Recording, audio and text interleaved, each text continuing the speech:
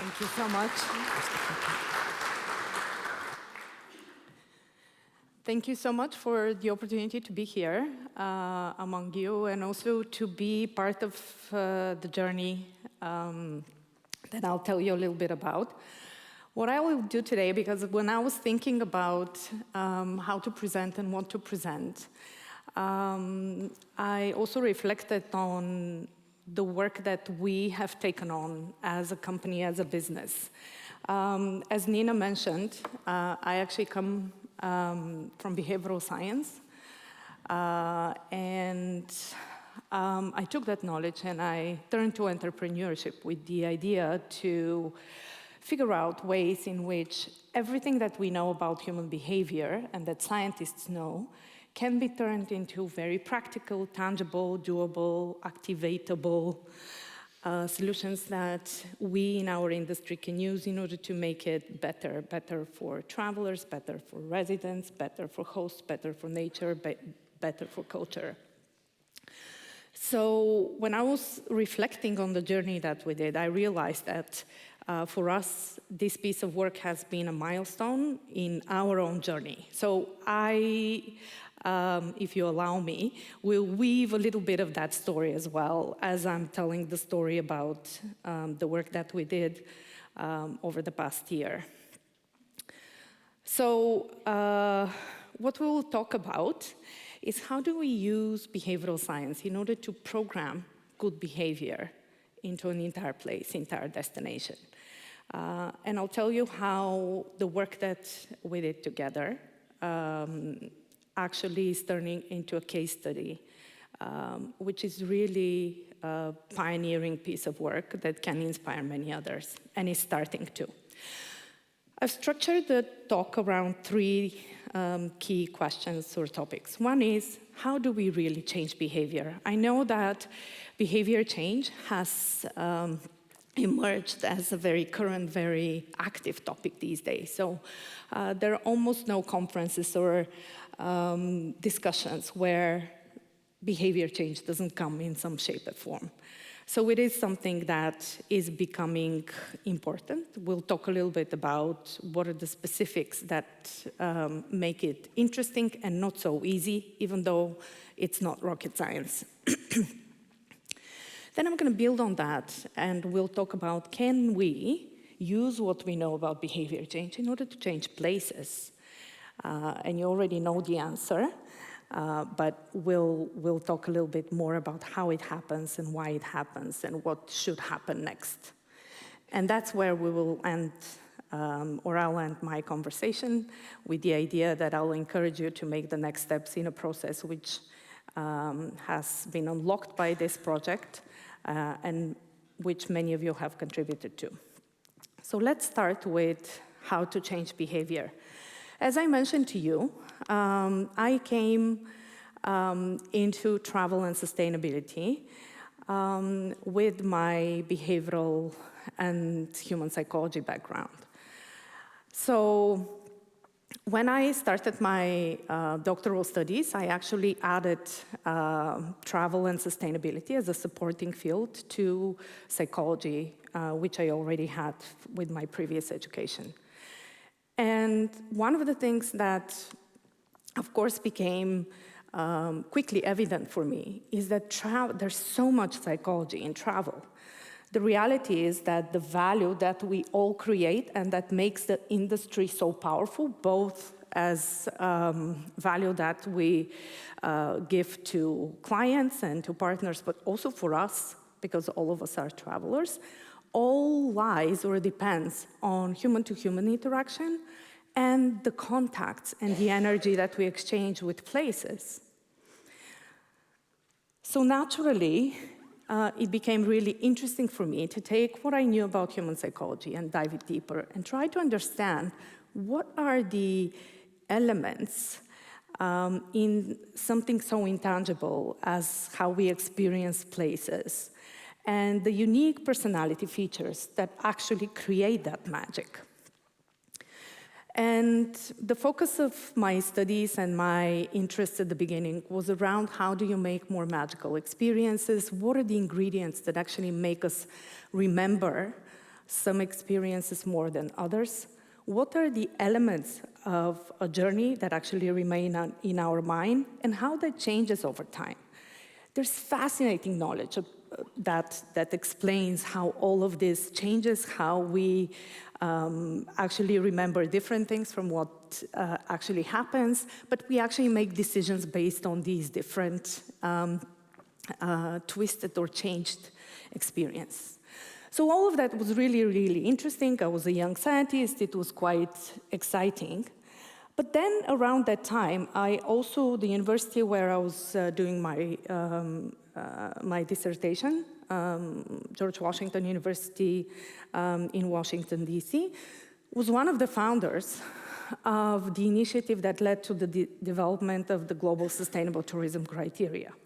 So the Research Institute, where I was working as a researcher while doing my dissertation studies, was one of the founding members of that initiative. So I started attending these initial talks about sustainability and how do we actually structure and organize and build a structure around all of these sustainability initiatives so that there's some consistency and clarity and a framework that all of us can look up to. And one of the things that I realized in the process of these discussions and explorations is that there's so many stakeholders around the table who wanted to do things right, and somehow, despite the many documents, the many strategies, the many action plans, things were not leading to actual action. You would go to these conferences and events, and you would see people showcase the fantastic documents that they've put together. But they actually promoted and bragged and showed pride in the documents themselves and not in the results, because these results actually rarely came, certainly not at the level where that were described in these strategies. So this was a pivotal moment for me when I realized that, of course, understanding human behavior can be extremely powerful for the commercial, the value-generating aspects of the travel experiences. But it also is extremely powerful in helping understand how can we make these experiences just as powerful and memorable, but also lower footprint or gentler on places, on culture, so that they generate value on both ends in equal terms. So this is when so this is actually at the core of the mission with which we founded BehaviorSMART just a few years ago, with the idea to, yes, of course, continue using insights in order to help and support betterment of experiences and experience design, but also to ensure that we also catalyze and improve the way that we do sustainability so that it's more human-centered and that it's easier both for businesses and for the traveler. So, one of the frequent concepts that now appears in discussions in the industry is the intention-action gap. And there's different explanations and different solutions that float around, explaining why it happens and how to close it. The reality is that we now know that in many cases, travelers engage in misbehavior or less responsible practices, not because they are evil-minded or intend to cause harm. In fact, in many cases, they do come with good intentions, and they do desire to be better and to leave value behind them, not only take that with them at home. But we also know that realistically, this is not sufficient for what we're trying to achieve. If we dive deep into what psychology knows about the traveler mindset and the human mind, the state of mind when we are in leisure mode, we will know that there's so many factors that contradict the idea of being mindful and focused on responsibility. In general terms, and I know that some of you have heard that in more details in our previous talks, either online or at live events. But in general terms, we need to be realistic about the fact that travelers always prioritize the experience. So even the ones who at home are extremely diligent, extremely strict with their responsible consumption practices, make proactive effort to ensure that they operate in a low waste manner, that they buy almost entirely locally, that they move around in low footprint manners. Even they, when they set foot on their journey on their next holiday, deviate from their daily habits and from their daily practices. So by design, the client, the traveler we're dealing with, at best treats sustainability as an add-on, as a second priority. And we have to be realistic about the fact that for many, it's still not that important, and it's still not reason to make sacrifices, to invest more, to pay more, to deviate from early plans. So this is why one of the core pillars of using behavior smart thinking when we approach travel and sustainability is to understand, to employ what we call traveler realism, and to understand that these are the priorities of travelers, and we need to work around them rather than try to battle with them, simply because this is the state of mind that they're in. So in essence, if we try to do that, we are essentially trying to ask somebody who expects this mode of experience to do something like this during their holiday. And certainly this is not happening, and it's not something that is readily accepted. So let's look at what we have learned from our work about how we can address that. The first step in our journey as behavioral scientists who knew that there is potential in using what we know about human behavior in order to optimize the footprint of travel experiences was to identify the moments in which we can make changes.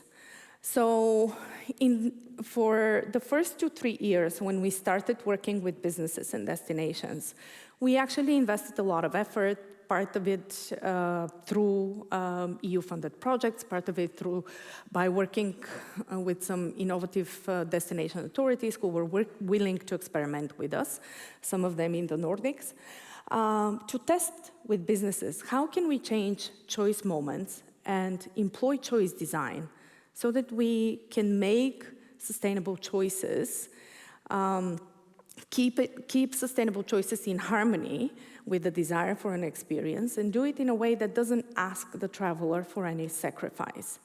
So over multiple pilots and projects with businesses, we managed to test and prove that changing choice moments can be extremely, extremely powerful.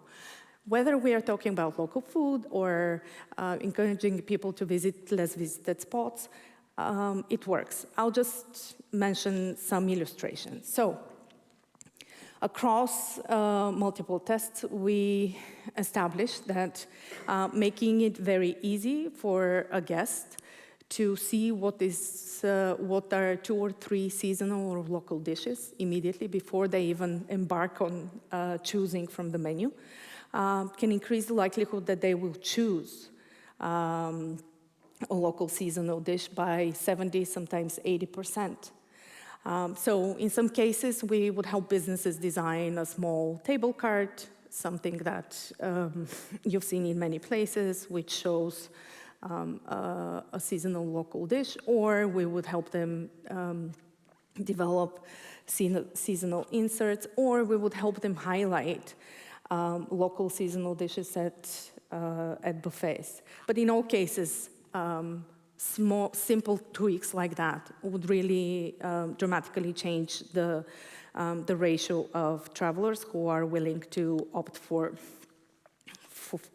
local food. In other cases, we tested how we can encourage people to opt for low mobility options. And so, for example, presenting guests at hotels where the majority of the guests are families with engaging descriptions of journeys and adventures they can engage in the area. This specific one was in a nature-based area, similar to this, so that the descriptions are child-friendly, helped parents ensure that children would be ready to embark on adventures on foot or bike. And so in this particular case, we managed to shift about 30% of the guests to leave their cars behind, which they would normally take in order to go somewhere out in nature, and actually reach their point and come back only by foot or bike, just by making it easy for parents to sell this option to children. Another example this is from an Italian operator that we worked with, offering sailing adventures. And we tested with them a very simple method of lowering waste before it even gets on board, as a way of lowering waste footprint. So by providing very targeted tips on how to shop package-free on the day when we know that guests are most likely to shop, we managed to reduce the waste that comes on board by 46%. And that was something that we tested and retested for over 2 seasons. So fine. In the industry, you probably have also come across other examples where individual nudges have helped achieve similar results and give us hope that this is a smart solution that we can safely utilize widely. But for us, as passionate by, as a team who is passionate about human behavior, we were asking ourselves, what is the next step? We started this company with the mission to change travel. And so we knew that individual nudges are great. They give us confirmation that these approaches work in real market environment. But how do you actually take that further so that you can nudge across entire ecosystems? How do you change the patterns of visitor behavior at a place level? You probably have come across some stories in the last year or so about efforts to begin testing on larger ecosystem level and begin exploring whether nudges can reprogram behavior. One of the most notorious examples on destination level is Scope and Pay, which most of you, I'm sure, have read about. Another from the private sector side comes from Accor Hotels, the French chain. And in both cases, what has been tested is providing rewards to travelers to opt for responsible behaviors, whether it's a free kayaking trip, during which you're invited to also help collect trash, or a reward at the hotel for lowering your room temperature. In all cases, the focus is on providing a reward. And for us as behavioral scientists, this is exciting to see because it's really the first step in taking nudging and behavioral design at system level. But providing rewards is only part of the story. Because as we said, we have a traveler in a mindset looking to relax and enjoy an experience and maximize the experience. And in many cases, if we are asking, when we are providing a reward, that automatically assumes that the traveler comes with the same values that we have, that they care as much about our place as we do, and that they will be paying attention. And we all know that in today's socioeconomic reality, attention is one of the most valuable assets, and we rarely have a chance to control that. So in that sense, the more advanced approach to scaling behavioral design is actually by doing much more than simply providing a reward. It's to embed designs in the service journey that make it easy and attractive for travelers to do the right thing, to do what is good for our place and for our community, without necessarily having them agree with that on value level, or without necessarily having them understand the importance of one action versus another action. And this is really the essence of the work that we did here within the Arctic Europe context. And the way that we did that, the methodology that we employed, started with defining our golden standard for visitor behavior. So we sat down and ideated around what are really the ideal ways in which the ideal patterns that we want to see visitors display when they come anywhere throughout Arctic Europe. And as Nina mentioned, we leaned very much on the work that Swedish Lapland had already done, and built on that in order to formulate what are these golden standards. And they became the pillars of the Code of Conduct. Now, many of you, if you have been part of Code of Conduct projects, know that usually the final milestone is the development of the Code of Conduct. The BehaviorSMART way flips that and actually starts with the development of the Code of Conduct, because this then becomes our golden standard towards which we are striving to reach. The more important, more interesting, and more innovative work is how do you actually bring that to life? You know that there's many regions, destinations that have their own guidelines and codes of conduct, and they end up as publications which really have brought together and reflect the vision of what local stakeholders want to see. But they rarely reach the traveler, or if they do, that happens in a way that doesn't really lead to behavior change. So that is actually the interesting and the magical part of using what we know about human behavior in order to bring these golden standard behaviors to life. And once we know what they are, we actually look at the destination and the local supply chain, supply ecosystem really, involving different stakeholders who, in one way or another, at different points across the journey, come in touch with the traveler.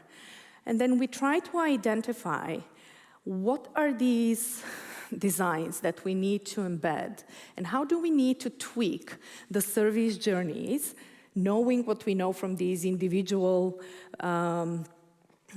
business tests and pilots that we have tested, in order to actually begin reprogramming and adjusting the entire supply chain. So some of the touch points might be controlled by the DMO, that has an opportunity to provide information or promotional services to travelers during their planning and their pre-trip experiences. Others, mainly the businesses who provide different services, come in touch with the traveler later once they're already at the destination. So how do we coordinate that, and how do we make sure that the behaviors that we have formulated as desired are actually nudged and encouraged and supported at every individual touch point? So let's say that we want to encourage the consumption of demand for local food. That means that consistently, at every moment that we can bring that to the top of mind awareness of travelers, that we can make it easy for them to know what are really 3 local things that they can try in this season during their stay, is one way for DMO to prepare the traveler for that decision later. But then the hotel, the restaurant, the guide, the activity provider can all contribute with nudges that accumulate and then lead to the maximum likelihood that the traveler consumes and interacts with local culinary traditions during their stay.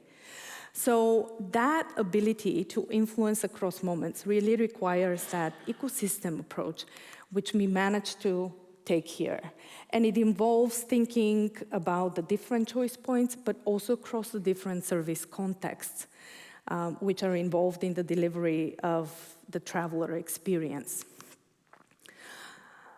So the way that we thought about this activation process led us to the development of an activation toolkit, which essentially translates or provides the recipes, or the recipe book, I want to say, for how do different stakeholders that are part of the Arctic Europe Tourism Cluster network take and employ redesigns in their service journeys in order to contribute to that reprogramming of the entire supply chain. So if you haven't had a chance to take a look at the toolkit, please do so. What you will find in it is that every golden standard behavior, ideal dream behavior of visitors, has been translated into very specific sub-behaviors and specific actions. Those of you who were part of earlier events know that we generated these specific events thanks to your input and your sources of irritation or your sources of joy from interacting with travelers, so that we can really boil down actions to some very, very specific things which are relevant to local stakeholders and to you as service providers. And then each of this specific behavior then is accompanied with a very light, I promise, not theoretical explanation of why this is likely to happen. Is it a lack of attention? Is it simply lack of information? Or it's a little bit of selfishness that combines with the state of mind of traveler. So you understand what are the actual reasons that these misbehaviors that we are seeking to correct happen. And then you have a list of specific solutions that you can employ depending on whether you're an accommodation provider or a food service provider or an experience provider or a combination of those. You can find the recipes and the suggestions that you can take and employ in your service journey in order to make sure that you're contributing to the reprogramming of the entire region for good behavior, for these 6 good behaviors. So,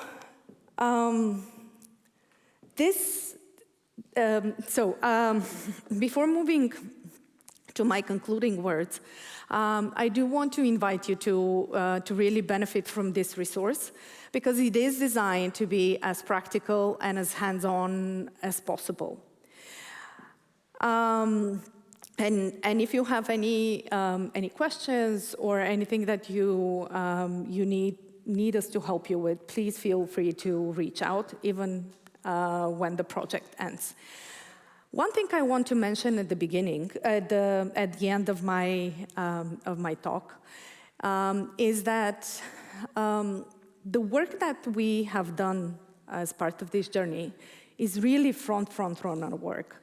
As I mentioned to you, there are some innovative and bold places around the world and businesses around the world in our industry that are beginning to play around and toy with different techniques. Here, what we've done is another level, building much more on what is already being done and really bringing together a blueprint for what it means to use strategically behavioral design, for what it means to use our understanding about human behavior and human psychology in a way that really brings to life our desired good behaviors that we want travelers to display in order for us to be just as happy about their visit as they are when they leave. So I do want to highlight that because we work all around the world and we keep an eye on what is happening and what is being tested in the industry, especially when it comes to using human psychology. And I can assure you that this is by far the most comprehensive effort to bring together the intellectual power of what we know about human behavior and to utilize it in a way that makes our places better, and in a way that actually requires a little bit of shift in thinking, but doesn't require huge investments, doesn't require complicated operational changes and revolutionizing transformations. Many of the changes that we need to make are simple, but just as the previous panel concluded, we just need to do them, and we need to do them together. So please feel free to be proud that you're part of the initiative that has led to this work. And also feel free to be a little bit responsible for actually taking it further, testing, and bringing back to the rest of the industry the insights and the knowledge about how this can work better and how this can really bring the change that we need. Because on one side, you are pushing the frontier with the work that is being done, but you're also inspiring others. And I put this photo here because Yukon was mentioned earlier, and I know that the project has learned from Yukon. Yukon is a territory in Canada, in the Arctic part of Canada. But I want to say that thanks to the interaction of stakeholders from Yukon with the team and the project, you have triggered and inspired a movement on the other side of the pond for multiple territories to unite and actually replicate the work that has been done here with working together to represent and manage and shape what the Arctic regions of Canada do and how they are reflected. So what I'm sharing here, my colleague Gergana, who you've met, came back from Yukon 2 days ago, and where she was invited to talk at their annual conference. And they showed her already the materials and the branding that they have initiated in order to start the movement and in order to engage the governments across multiple territories to do the same that the Arctic Europe Tourism Cluster has done. So that's why I say that in addition to the pride, I do encourage you to also feel a little bit of responsibility in continuing to push the frontier and actually executing some of the insights and the actions that we have developed in the toolkit and that can really change behavior on system level, which has been the idea of this effort. So, As we find ourselves in the age when most of us are trying to grapple with artificial intelligence, I do suggest that we don't stop considering the power of human intelligence and that you become one of the leaders in utilizing that human intelligence in order to make tourism better as it becomes more technologically advanced, as it becomes better and sophisticated in many other ways. So these are my concluding words, and just as a final note, I wanted to share that our journey here didn't allow us to work much with businesses, which would be the natural next step, supporting businesses in executing these actions. You have everything that you need in order to do that. But those of you who are willing to get a little bit of help, we have a little bit of a gift, a small gift for you. We are in the process of launching a small digital tool that is a digital coaching tool that helps execute some of these techniques. So those of you who are willing to and interested, please feel free to access it. There is a gift code that allows you to access it for free and to test and to play around with it. As a business to business, I want to tell you that this is something that we are creating out of scratch and that we are creating on a trial and error basis. So if you enter and there's something that doesn't look right, rather than leaving, let us know so that we can better it. And at one point, this can become a solution for businesses to do better, to find some of these behavior-smart solutions and to employ them easily in their service journeys. So I hope that this helps. Thank you once again for making us part of the journey, and we remain available to collaborate in any other shape and form. Thank you.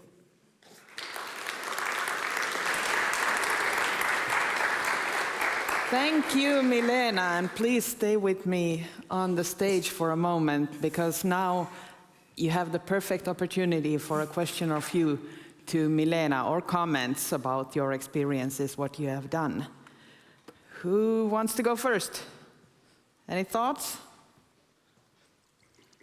Well, then I'll pose a question. As Milena mentioned here, and as many of you have been aware already for a while, yes, we did build that toolkit, the activation toolkit that has very practical tips, whether you're a company, whether you're a DMO, or also to the other stakeholders in your region. And I know especially some of the DMOs, you have been participating in the activation labs on that. Does anybody want to share some experiences when you started implementing that, or maybe even talking to other companies in your region? How was it? Did you get practical help? Very quiet. It's lunchtime. Yes, and it's a very comprehensive package, and there I totally agree with Milena that we need to take the time, all of us, to look into it in detail, because it really is something that you can take to your daily work. Don't consider it as like a report somewhere. Consider it as a tool that you can use, whether it is that how do I design the service in the restaurant, or how do I communicate outdoors on the trails, for example, or something else in the community. Definitely, I encourage you to take it up and take it into practice. And can we have the microphone here to Trond, because we have a comment. I love microphones. That was a joke. No, but I think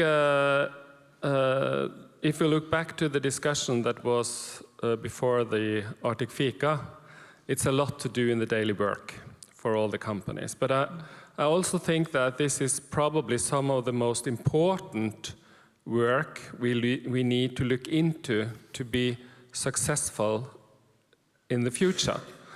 Because we can see as ourselves as a company, but I think we all know that the customers that visit us, they don't only visit one company, they actually visit a whole region. And to take care of this region for the future, we need, perhaps wrong English, but we need simple tools, not too complicated, and that is possible to implement for all of us. And of course, we need to follow up. So I believe that this will be more and more important for us to meet the future. And we need to take that into consideration as an industry. Thank you. Absolutely. And there's one more thing there, which, again, I recognize that I'm biased when I speak about behavioral approaches, but I really believe that one of the greatest powers of using these techniques is that many of them are actually simple. But when the majority within one ecosystem, within one place, executes them, that shifts the norm. It shifts the norms for everybody else who's still wondering. At one point, they kind of feel obliged to follow, whether they firmly believe, whether they have the time or the resources. At one point, they find them. But also for travelers. We often talk about traveler education. It's much better to embed and to make it natural for them to behave well, and then post-factum to tell them, oh, by the way, while you were enjoying this experience, you should know it was also carbon neutral, or it was also plastics-free, or it contributed to a new community center, and so on and so forth. Because when you do that, when you make it easy for travelers to be good, and then you tell them about it, next time they're going to expect that, because they have felt so positive and have had that extra shot of happiness, even though they actually haven't made the effort, because you've actually made it very easy for them to do that. So that's why I completely agree with this, with the importance of many starting to do that, so that the whole chain then gets reprogrammed. And actually, I would like to add here that this is also something we see that locals expect from us in tourism. We had this survey just a few weeks ago or days ago that we got the results. And in the question, we asked about what actions locals consider most important in improving tourism. There was improving transportation options, but already the second was encouraging responsible tourist practices. So this is what the community expects from us. And now we have a tool to make it a little bit easier. Not everybody needs to invent the wheel on their own. So, as Milena said, please take it also as a responsibility. And then I see one hand there, one quick question.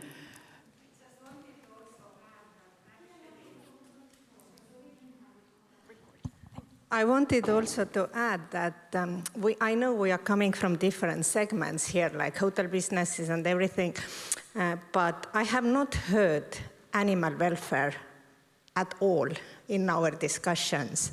And I think this is not only for us as activity providers, but we also need to educate our guests who are coming and thinking that our dogs are machines who are taking them uphill and downhill.